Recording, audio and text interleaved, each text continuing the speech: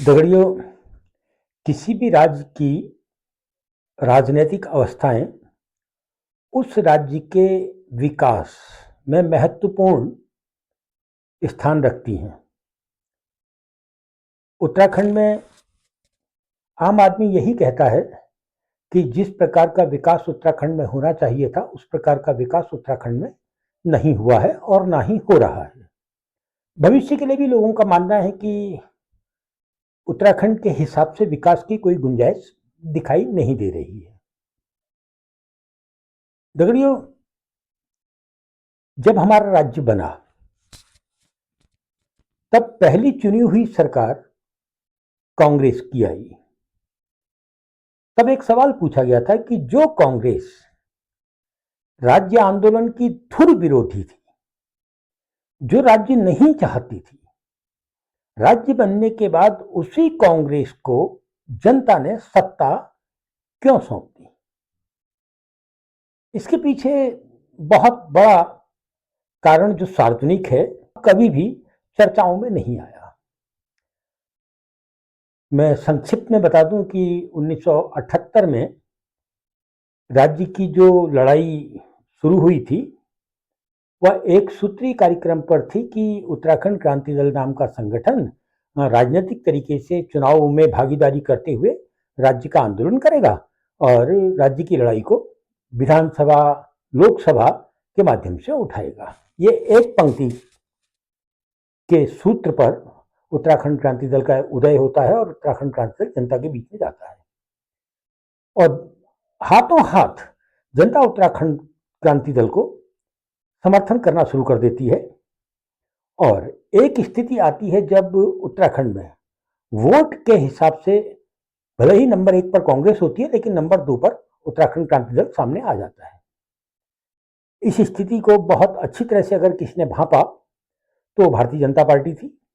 और भारतीय जनता पार्टी इस बात को समझ चुकी थी कि उत्तर प्रदेश की सरकार में आने के लिए हमें 10, 12, 13, 14 या 18 तक सीटें उत्तराखंड से मिल सकती हैं। उत्तरांचल शब्द के साथ भारतीय जनता पार्टी राज्य के आंदोलन में आ गई। जनता देख रही थी। उत्तराखंड क्रांति दल जो लड़ाई लड़ रहा था वो साफ थी कि हम एक पृथक पर्वतीय राज्य की मांग को लेकर सामने आए हैं और हमारा पृथक पर्वतीय राज्य होगा। भारतीय जनता पार्टी की लड़ाई उत्तरांचल शब्द के साथ थी, लेकिन उसमें पृथक पर्वतीय राज्य नहीं था। जनता समझ रही थी।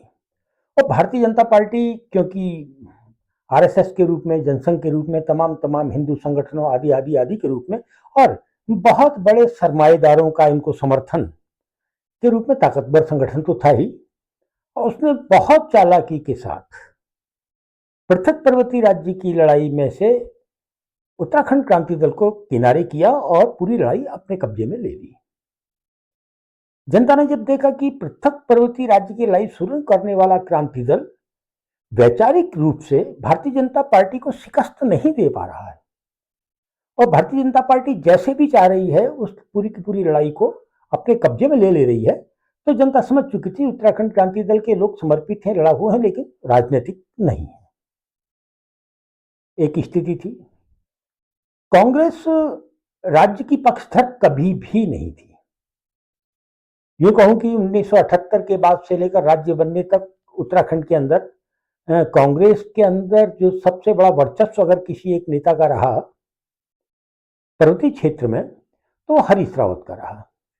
और हरीश रावत अंतिम दौर में, जब हरीश रावत जी को लगा कि नहीं अब तो राज्य बनेगा ही, तो उन्होंने कभी पर्वतीय परिषद की बात करी, कभी कुछ, लेकिन राज्य के पक्षधर वो तब भी नहीं थे। जब पहला चुनाव होता है तो जनता कांग्रेस को चुनती है। कारण साफ था। कारण साफ इसलिए था कि जनता समझ रही थी कि भारतीय जनता पार्टी ने बहुत चालाकी के साथ उत्तराखंड क्रांति दल को घोंसले से बाहर करके उस घोंसले में खुद कब्जा कर लिया है।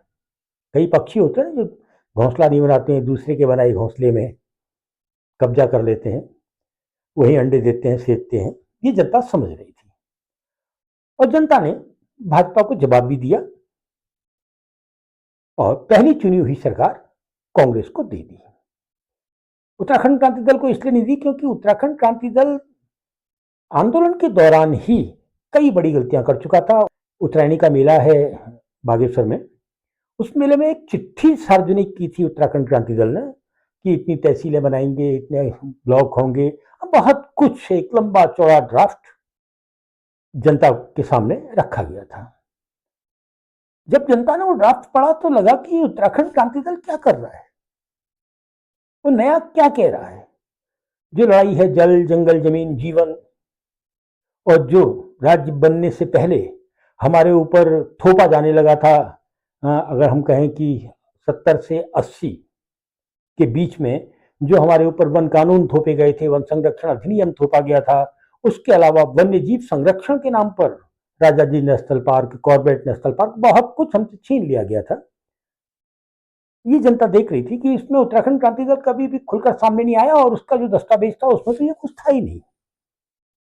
वही चिट्ठी एक ऐसी चिट्ठी थी जो चिट्ठी सार्वजनिक हुई और उसके बाद जनता ने जो बची खुची उम्मीद उत्तराखंड क्रांति दल से थी वो भी वापस ले ली और सिरे से नकार रहा था और जनता के बीच में उसकी छवि धीरे धीरे धीरे लुप्त प्राय समाप्त प्राय हो रही थी। इधर राज्य बनने के बाद पहली सरकार कांग्रेस की थी, बहुत चालाक किस्म के नेता एनडी तिवारी, उन्होंने विकास का जो ढांचा उत्तराखंड को दिया वो भ्रष्टाचार से लवरेज था, लबालब, क्योंकि बजट आधारित विकास था और रूपरेखा कुछ थी नहीं। और सबसे बड़ा काम जो उन्होंने किया वो बहुत बड़ी कृषि भूमि उद्योगों के नाम पर लुटाने के रास्ते खोल दिए। अब उद्योग लगाने जो आएगा वो छोटा मोटा आदमी तो होगा नहीं, बड़ा ही आदमी होगा, पैसे के हिसाब से व्यवसायी होगा, व्यापारी होगा। व्यापारी खरीदता भी है, बेचता भी है, घुड़काता भी है, हड़काता भी है, लुढ़काता भी है, पुचकारता भी है। 5 साल एनडी तिवारी के रहे, बहुत बड़ी कटकाठी के नेता तो थे ही। वो अटल बिहारी वाजपेयी प्रधानमंत्री होते थे तो उनके साथ नैनीताल पहुंच गए, नैनीताल से उनके हेलीकॉप्टर में बैठ के देहरादून चले गए। 5 साल के बाद चुनाव हुए, जनता ने कांग्रेस को किनारे कर दिया और कांग्रेस जो हारी, उसके पीछे अगर असल कारणों को शोध किया जाए, तलाश किया जाए, तो कांग्रेस का ही एक बहुत बड़ा धड़ा नहीं चाहता था कि एनडी तिवारी के नेतृत्व में कोई चुनाव हो, और कुछ सीटों से कांग्रेस हार गई, सरकार से बाहर हो गई। एनडी तिवारी बहुत बड़ी कटकाठी के नेता थे, और हारने से और बाहर होने से उनको फर्क नहीं पड़ता था। 5 साल के बाद फिर चुनाव हुए, फिर कांग्रेस सत्ता में आ गई और बहुगुणा जी की सरकार बनी। बहुगुणा जी की जब सरकार बन रही थी तो बहुत सारे विधायक दिल्ली में हरीश रावत जी के पास बैठे हुए थे, उन्हीं के साथ थे। घोषणा हो चुकी थी कि बहुगुणा जी मुख्यमंत्री होंगे, लेकिन विधायक वहीं पर डेरा जमाकर बैठे हुए थे। तब एनडीटीवी ने उस भीड़ में खड़े नेताओं में से प्रदीप टम्टा से एक सवाल पूछा था कि मुख्यमंत्री तो चुन लिए गए हैं, आप लोग यहाँ क्या करें। तो प्रदीप टम्टा ने उस पत्रकार को जवाब दिया था कि हाई कमान को गुमराह कर दिया है कुछ लोगों ने। पर प्रति प्रश्न एनडीटीवी ने द्वारा कहा कि क्या आपके हाईकमान इतने हल्के फुल्के हैं कि कोई भी उनको गुमराह कर सकता है। तो उसके बाद प्रदीप टम्टा कुछ नहीं बोल पाए और सवाल भी वहीं पर पत्रकार ने समाप्त कर दिया था। उसके बाद विजय बहुगुणा की सरकार आई। विजय बहुगुणा की सरकार उस आपदा के नाम से उखाड़ दी गई जो जिस आपदा के लिए कम से कम कोई भी जिम्मेदार नहीं था। खैर, विजय बहुगुणा की सरकार के हटने के बाद 2.5 साल के लिए ही सही हरीश रावत जी को उत्तराखंड का मुख्यमंत्री बनाया गया। और जब हरीश रावत जी को उत्तराखंड का मुख्यमंत्री बनाया गया तो बहुत बड़ी उम्मीद जनता के अंदर जगी थी कि भाई रावत जी हैं और पूरा पहाड़ के गांव उनके घूमे हुए हैं, पूरे पर्वतीय क्षेत्र को उन्होंने छाना है, कदमों पर नापा है पहाड़ को। ये तमाम चीजें उनके साथ जुड़ी हुई थी और लोगों को उम्मीद थी कि वो विकास की उस दिशा को यहां पर बिछाएंगे जो दिशा स्वतंत्रता संग्राम आंदोलन के दौर में लोगों ने सोची थी और फिर उसके बाद राज्य आंदोलन के दौर में भी लोगों ने सोची थी। 2.5 साल गुजरे, तब लोगों को लगा नहीं, हमने एक गलत उम्मीद कर ली थी। इधर जिस तरीके से विजय बहुगुणा को हटाया गया वो भी लोगों के दिमाग में था ही कि आपदा में अवसर तलाशा गया और बहुगुणा जी की जगह रावत जी सत्ता में आ गए। जनता मूल्यांकन बहुत बेहतरीन करती है। जनता ये समझ चुकी थी कि जिस प्रकार के विकास की उम्मीद हम रावत जी से कर रहे हैं उस दिशा में वो कहीं से कहीं तक चलते हुए दिखाई नहीं दे रहे हैं। मंचों से पहाड़ों की बात करना लेकिन कोई दिशा मंच से ना देना, ये जनता समझ रही थी। और उसके बाद जब चुनाव हुए तो कांग्रेस को सिर्फ हराया नहीं, बहुत बुरी तरीके से हराया और स्वयं हरीश रावत तो 2 सीटों से विधानसभा के चुनाव हार गए और बहुत बुरी तरीके से हारे, क्योंकि जनता चीजों को समझती है। उत्तराखंड की जनता शिक्षित जनता है और राजनीति के मामले में बहुत बारीक सोचती भी है, तौलती भी है, काटती भी है, बुनती भी है। परिणाम 10 सीट में सिमट गई थी कांग्रेस, जो चौंकाने वाला था। उसके बाद 5 साल बाद फिर चुनाव हुए। इस बार भी कांग्रेस ने हरीश रावत के ही कंधों पर बोझ रखा चुनाव का, उन्हीं के नेतृत्व में चुनाव लड़ा गया। 15-16 में सीटों में कांग्रेस सिमट गई। यानी कांग्रेस लगातार 2 बार विधानसभा चुनाव बुरी तरीके से हारी। और ये वही कांग्रेस है जो कम से कम रावत जी का जिस पर पूरा का पूरा वर्चस्व रहता है। अभी भी उत्तराखंड के अंदर कांग्रेस का बहुत बड़ा धड़ा रावत जी के चारों ओर ही सिमटा हुआ, सिकुड़ा हुआ या फैला हुआ दिखाई देता है। मजे हुए नेता हैं और कांग्रेस के अंदर उनकी अपने एक एम्पायर है जो शायद आड़ू बेड़ू भिंगारू तो नहीं छेड़ सकता, ना तोड़ सकता है, ना बिखेर सकता है। खैर दगड़ियों, उत्तराखंड की राजनीतिक अवस्था में अब लोग एक विकल्प ढूंढ रहे हैं। उत्तराखंड क्रांति दल से उम्मीद राज्य आंदोलन के दौरान ही खत्म हो गई थी। आज की तारीख में राजनीतिक अवस्थाओं को जब मैं देखता हूं पूरे पहाड़ के अंदर, तो लोग विकल्प तलाश रहे हैं।